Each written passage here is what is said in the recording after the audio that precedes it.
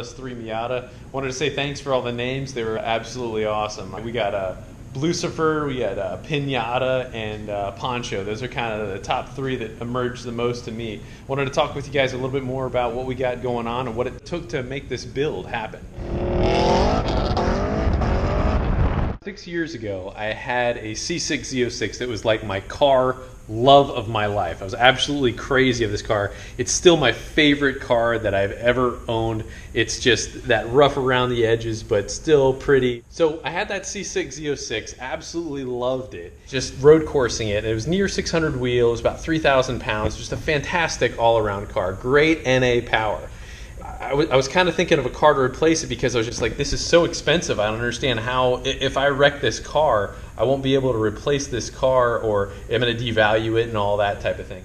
Lo and behold, I was thinking about, a Nissan 240, or I was thinking about a Miata, something that's going to be able to replace what I have, that I could build a project, kind of build it exactly the way that I wanted it. At the time, the Miata had absolutely the most support, and V8 Roadsters happened to be in my backyard, and I was actually friends with them, and I had tuned a number of Miatas, so I was like, man, that's a really good combination. I think I could probably make that a little bit better than the other ones that I had tuned. So that's kind of how this thing came about. At the time, I knew a friend that had a Miata that was going to be a perfect donor car, and furthermore, he had a company that what they did is that they built the front K-member, the tranny mount, and the rear member. And I got all his stuff on here to make this swap work.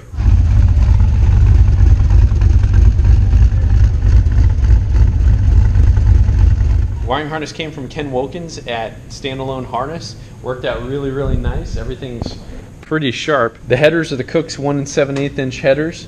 Definitely a major factor in terms of trying to get that exhaust out.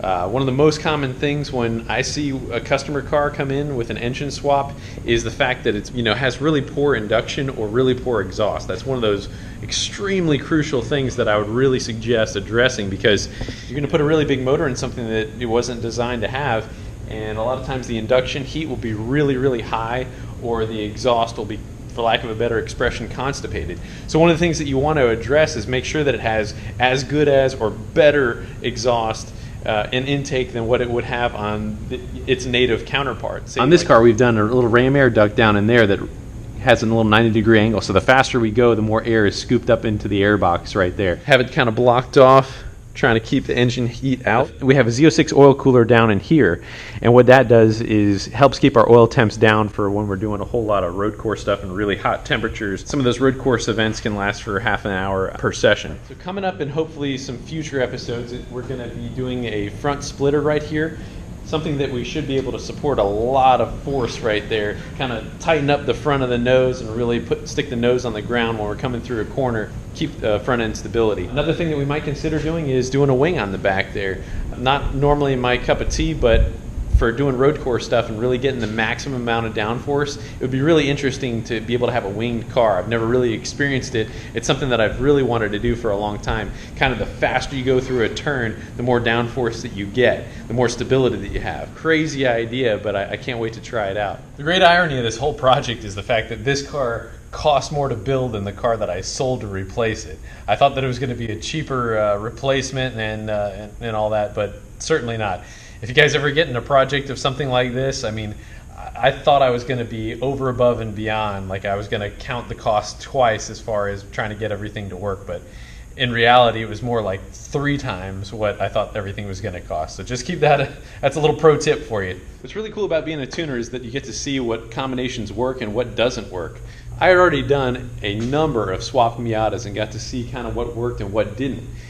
Different gear ratios. Some guys were running 342 gears with a smaller tire, and the car was awesome, except it would just go up in smoke. You really couldn't put down the power. And I was thinking about it, and I was, if I do this LS3, I'm really going to be able to make a lot more power rather than an LS1 or LS2. I'm going to run higher compression. I'm going to run a flex fuel sensor on there. I got to thinking about it, and the amount of torque of what I was going to make was going to drastically overwhelm the tires. So I kind of had to do some thinking and think about some cars that really worked well. A C6 Z06 came to mind, and first gear is really, really long in that car, and all the gearing, it kind of goes pretty far. So first gear on a Z06, a C6 Z06 is about 60 miles an hour. Second gear is about 95 miles an hour. Third gear is about 125 miles an hour. And fourth gear is about 155. I kind of boiled it all down. I worked backwards. I knew that I was going to be limited with the tires of what I could fit in there. There's only about a 25 and a half inch tall tire. And that is a 275, 35, 15. Kind of get to thinking about what rear end ratio would that take in order to match those gear ratios so that I could really put the power down. So with a 25 inch tall tire, a 308 gear ratio, and a T56 trans, I was able to get those numbers pretty well matched and about 7,000 RPM.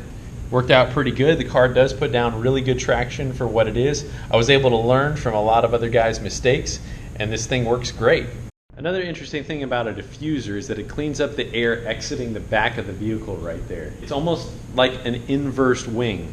So the more of an aggressive angle that you have on that, the more force that's going to be able to put on the rear right there. Cleaning up a lot of the dirty air underneath is something that we still need to do. At one point I did have flat panels all the way across, and those got lost in the move and kind of messed up. When I had the 4-cylinder in there and I was just driving around for a couple months as I was saving up for all the parts that it took to do the swap, the car at about 100 miles an hour was just totally unsafe. It just felt terrible. And I drive a lot of fast cars on a regular basis.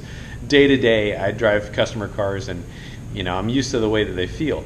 But this Miata was just unstable at about 100 miles an hour. So what we had done is we did the diffuser and we put all the flat panels on the bottom of the car. The top speed of the car went from somewhere about, say, 110, 120 or something like that to like 130 or 140.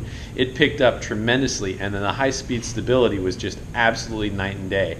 At 100 miles an hour, you could do a lane toss. You just yank the wheel, and the thing would just stay planted. Really kind of opened my eyes up to the bottom side of the car. If you guys are doing any sort of aero mods to your car and you're only thinking of the top, you have to consider the bottom.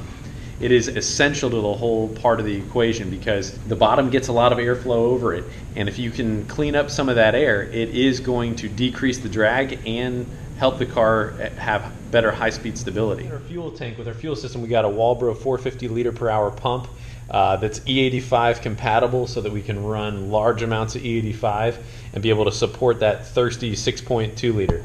We got our fuel filter. And coming on down, we did hard line right here, 3/8 inch line. We got our flex fuel sensor right there. This right here is for our vacuum that goes to the back of the exhaust so that we can kind of open up that butterfly valve on at will. Got the V8 Roadster's oil pan, built T56, copious use of zip ties. We've probably used about 1,000 zip ties on this car. But got the C5 Corvette brake ducts that we anticipate putting right to the hub. Still going to need a little bit more work, and we got to have our splitter up in here. This right here is a C6 Z06 oil cooler to help keep those oil temps down when it gets on the road course. This right here, we created our own little duct so that we could funnel the air in. And then right here, we'll have one that comes out like that to help have a Venturion draw that out. I kind of got a thing for veterans and first responders. I get to meet a lot of really cool people in my business, but my heart goes out to those guys, and I want to say thank you guys for watching. We absolutely love you. We're going to be doing some stuff in the future, trying to do some veterans events, take guys for rides on a road course and drag strip and all that type of thing. I can't wait to make this actually happen. I really enjoyed being able to blow somebody's mind and taking them for a ride.